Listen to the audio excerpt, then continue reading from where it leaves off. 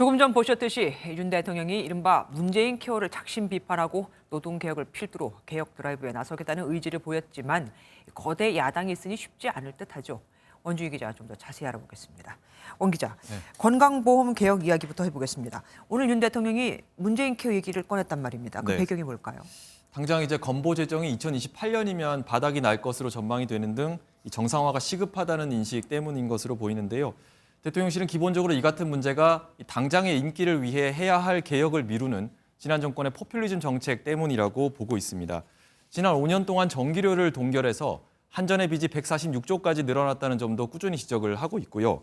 같은 맥락에서 건보개혁 역시 선택이 아니라 필수이며 미래 세대들을 위해 지금 하지 않으면 안 되는 가장 중요한 과제라는 입장입니다.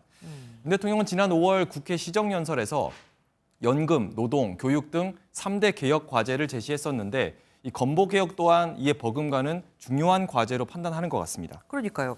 3대 개혁은 말씀하셨는데 그중에 하필이면은 노동개혁에 대해서 의지를 강하게 나타냈습니다. 이 세 가지 중에 노동개혁을 콕 집어서 먼저 얘기한 이유가 뭘까요? 네, 아무래도 지금이 노동개혁을 추진하기에 가장 적기라고 보기 때문인 것 같습니다.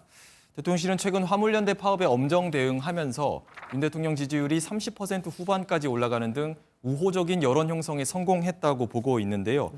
특히 개혁은 일반적으로 입법 과정, 그러니까 법률 개정을 필요로 하는데 지금 국회에서 민주당 의석수가 압도적인 만큼 이 여론의 도움 없이는 민주당을 설득하기가 어려운 상황입니다.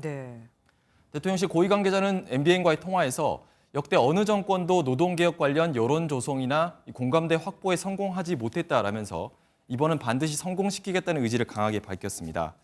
또 노동개혁의 3대 키워드로는 노동시장의 약자 보호, 노사 법치주의, 노동시장 이중구조 개선 등을 제시하기도 했습니다. 대통령실은 당분간은 노동개혁에 집중하고 교육개혁과 연금개혁은 순차적으로 구상을 밝힌다는 계획입니다.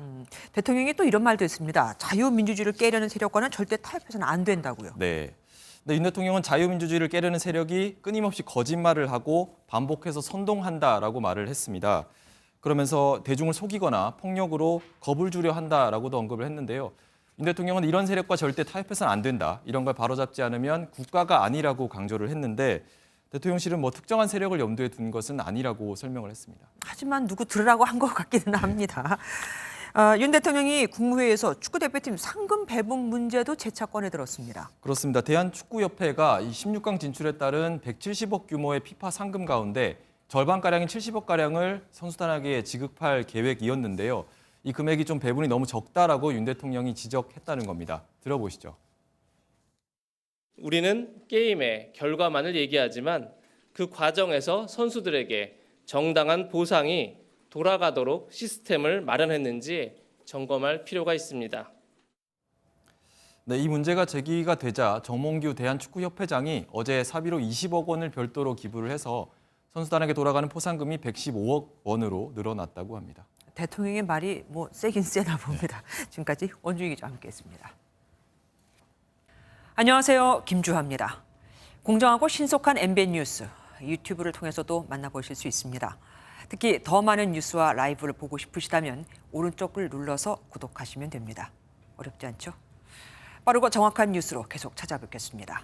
MBN 뉴스를 시청해 주신 여러분 고맙습니다.